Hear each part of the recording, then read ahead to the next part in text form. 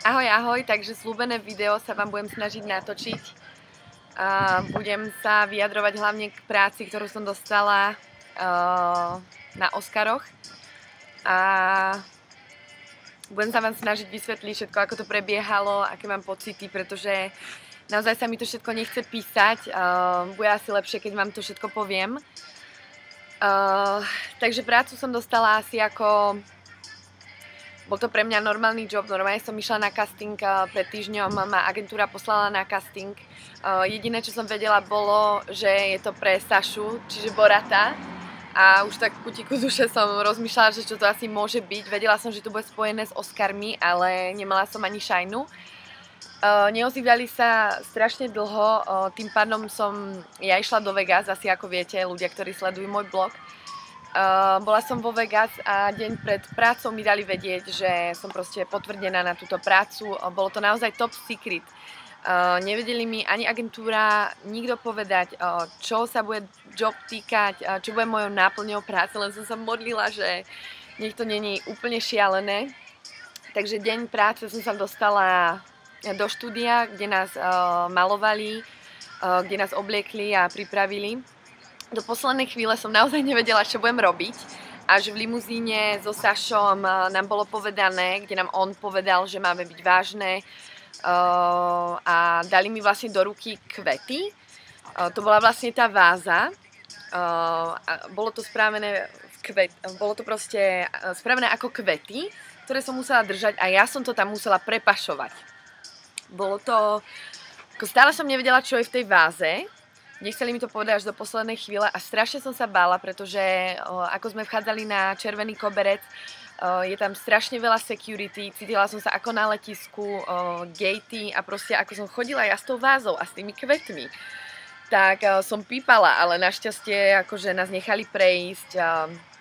Postupom času, ako som išla na Červený koberec, jeden z našich ochrankárov mi dal dole tie kvety.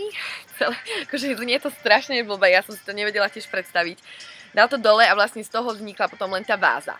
No a tú vázu som ja potom podala Sašovi a on už s tým urobil, čo s tým urobil. Takže tak, strašne som sa chcela smiať, hlavne kvôli vyjadreniam, čo hovoril na kamere. Ale brala som to veľmi zodpovedne a zahrala som svoju rolu, myslím, že dobre. Takže keby ma chce ešte niekto obsadiť v nejakom filme, čo sa týka Army, you're very welcome. A celkovo potom, ako to urobil, ako skončila, tak sme sa presunuli, samozrejme nás odtiahli stadiaľ. Sekuriťáci nakoniec ešte raz vysypal ten popol ešte na koberec. Hneď tam prišli to vysávať a zobrali nás do miestnosti. Prešli sme si celý Červený koberec, zobrali nás do miestnosti, tam prišiel riaditeľ celého projektu a povedal Sašovi, nech poslúcha, že už nech nerobí žiadne blbosti. A celkovo pocity z celého večera sú neskutočné. Som strašne rada, že som dostala takúto šancu byť. A viem, že to video je naozaj najsledovanejšie video z Oscarov a je to super pocit.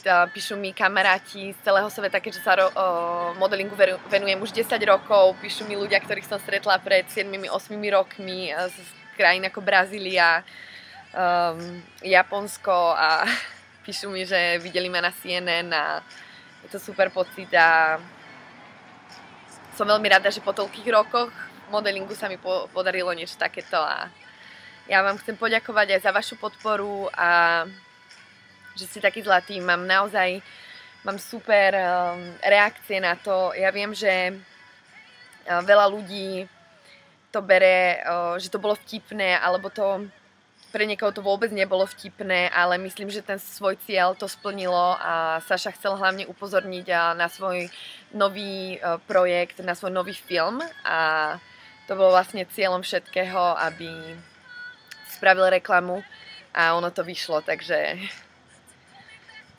keby máte ešte nejaké otázky, veľmi rada vám na ne odpoviem a ďakujem za podporu, dúfam, že to video neznelo moc hlúpo, ale snažila som sa vám to nejako vysvetliť a je to neskutočný pocit. Ahoj.